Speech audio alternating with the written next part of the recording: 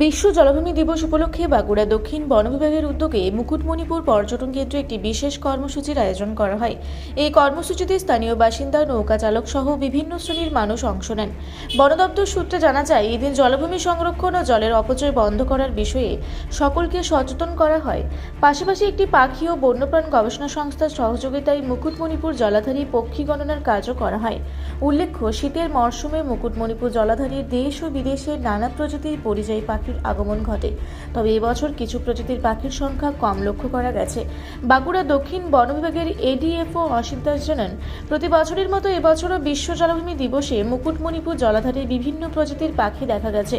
তবে কিছু পাখির সংখ্যা কম হওয়ায় বিষয়টি নিয়ে ভাবনার প্রয়োজন রয়েছে।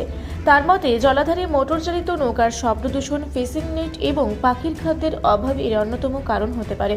এই বিষয়গুলি সমাধান করা গেলে আগামী দিনে আরও বেশি পরিযায়ী পাখির আগমন সম্ভব হবে বলে তিনি আশা প্রকাশ করেন। অন্যদিকে পাখি ও বন্যপ্রাণ নিয়ে গবেষণা করা সংস্থার সদস্য ডক্টর অর্কজ্যোতি মুখার্জি জানান, এবছরের সমীক্ষায় বার্গেট গুজ, গেডওয়াল, বিভিন্ন প্রজাতির শোয়ালো ও তান সহ কয়েকটি নতুন প্রজাতির পাখি দেখা গেছে। তবে এবছর ছোট সরল পাখির সংখ্যা সবচেয়ে বেশি লক্ষ্য করা গেছে। তিনি আরও জানান, সামগ্রিকভাবে এবছর পাখির সংখ্যা তুলনামূলকভাবে কম এবং গত বছর যেসব পরিচিত পাখি দেখা গিয়েছিল তার অনেকগুলিই এবছর চোখে পড়েনি।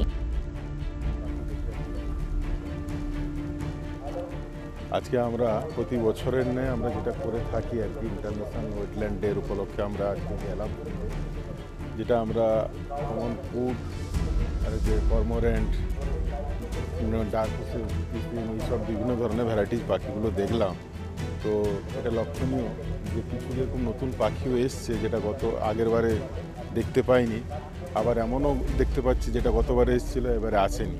সংখ্যার মধ্যেও তারতম্য আছে। তো এটা আমাদের ভাবার দরকার আছে, কেন আসছে কম, এর পিছনে যে সব কারণগুলো আছে সেগুলো আমাদেরকে ভাবতে হবে।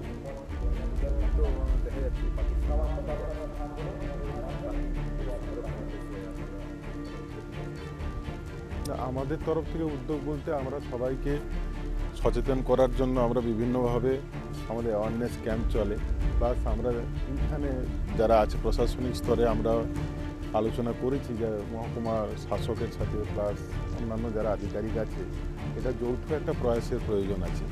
কেননা এখানে আমরা যেটা লক্ষ্য করছি ইদানিং অনেকগুলো কারণের মধ্যে তার একটা বড় কারণ হচ্ছে যেটা এই যে বোট, যেটা নৌকা, সে সংখ্যাটা মোটর চালিত নৌকার জন্য যার যে একটা শব্দ দূষণ আছে সেটা একটা অন্যতম পাখি কম আসার কারণ। তাছাড়া ফিশিং নেট যেটা ইউজ করছে, এইসব ব্যাপারগুলো আছে। এর সাথে সাথে আরও অনেক নিবিড়ভাবে অনেক কিছু স্টাডি করা দরকার আছে।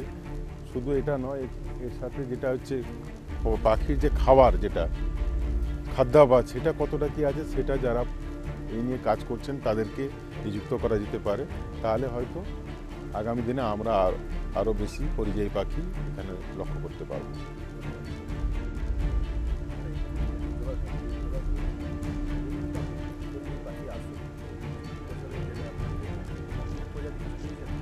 হ্যাঁ, নতুন প্রজাতির মধ্যে বারেডেড গুজ, যেটা একটা উইন্টার মাইগ্রেটর, সেটা আমরা পেলাম, যেটা সবথেকে লংগেস্ট মাইগ্রেটরি বার্ডও।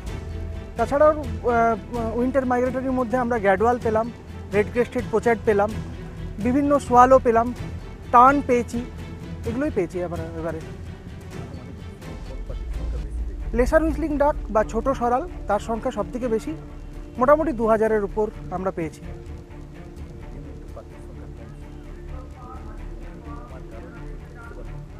কমার কারণ বিভিন্ন কারণ হতে পারে।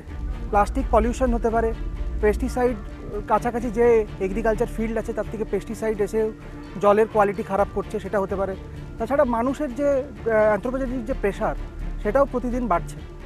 এই বোটের মাধ্যমে ধরুন ট্যুরিস্ট বাড়ছে, এইসবের কারণে একটা মিলিতভাবে পাখির সংখ্যা কমছে। হয়তো আমাদের একটু জলের ওয়াটার কোয়ালিটি একটু টেস্ট করে পরে আমরা আরও ডেফিনিট কারণ বলতে পারবো।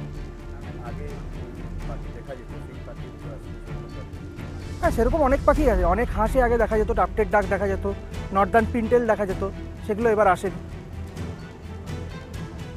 আমার নাম ডক্টর অর্কজ্যোতি মুখার্জি। আমার সংস্থার নাম উইংস। না, আমরা পাখি নিয়ে, আমরা বন্যপ্রাণ নিয়ে গবেষণা করি। বাঁকুড়া থেকে দেবনাথ মোদকের রিপোর্ট, রূপসী বাংলা মিডিয়া।